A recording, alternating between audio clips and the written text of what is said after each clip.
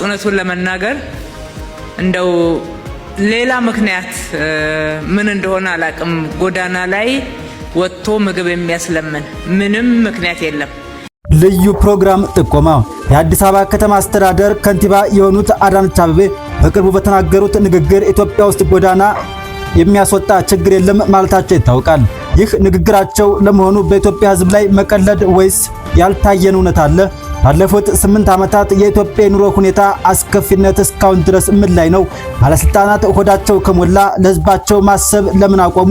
ወይስ ሕዝቡ አመስጋኝ አይደለም እያሉ ነው?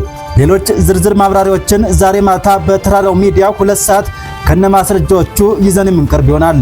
ውድ ቤተሰቦቻችን ከናንተ የሚጠበቀው የተራራው ሚዲያን ዩቲዩብ ቻናል ሰብስክራይብ በማድረግ ይጠብቁን። አማራው ተራራው ተገፍቶ የማይወድቀው ተራራው ሚዲያ